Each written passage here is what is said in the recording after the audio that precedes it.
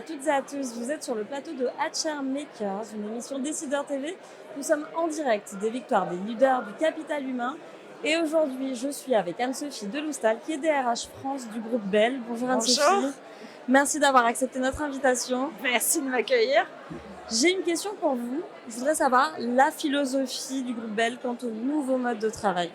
Alors, je pense que c'est une question très vaste de parler de philosophie. Effectivement. Mais le point de départ, c'est de se dire que les nouveaux modes de travail, ce ne sont que des outils dus au service d'une organisation et d'une performance collective de l'entreprise. Tout à fait. Donc, quand on pense à nouveaux modes de travail, on pense notamment à télétravail.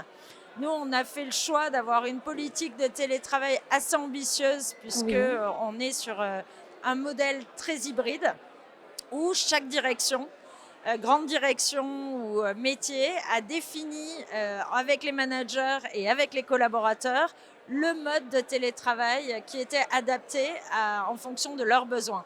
C'est-à-dire besoin d'un rythme de fréquence de se réunir en fonction des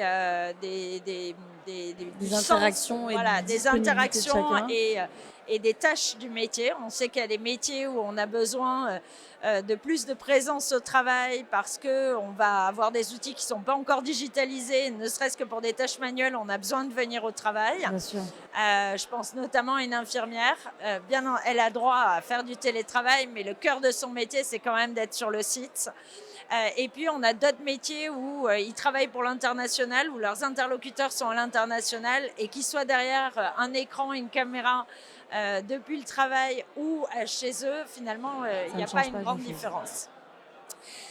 Ça a été aussi pour nous un outil pour changer et accompagner un plan de transformation. Plan de transformation des managers. On voit bien que les nouvelles générations ont de nouvelles attentes. Alors, nouvelle génération, mais je trouve que les plus seniors sont aussi très proches des plus juniors. D'accord. Dans leurs attentes et dans le sens qu'ils mettent au travail et dans l'engagement. Et donc, on s'est servi de l'hybrid work pour pousser des nouveaux comportements managériaux. Que ce soit l'empowerment, faire confiance aux équipes, mais aussi avoir du courage managérial. Savoir dire quand ça ne va pas, savoir prendre le lead de comment je réunis mes équipes, pourquoi je les réunis, quel collectif de travail j'ai envie de créer et d'être plus proche du manager coach que du manager décideur, on va dire. Ça répond à la quête de sens des besoins des collaborateurs. Exactement.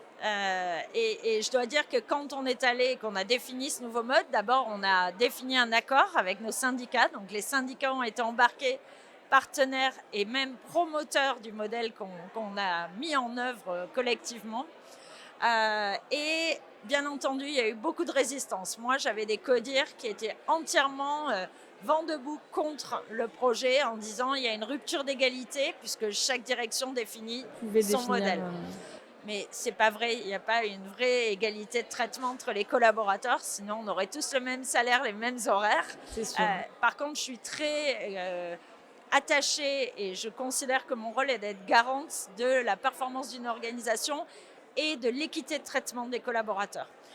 Donc oui, il y a des jobs qui nécessitent plus ou moins de présence et en fonction de ses mobilités et de son parcours de carrière, on aura plus ou moins de télétravail parce que ça sera en fonction du contenu du job et non pas de l'individu.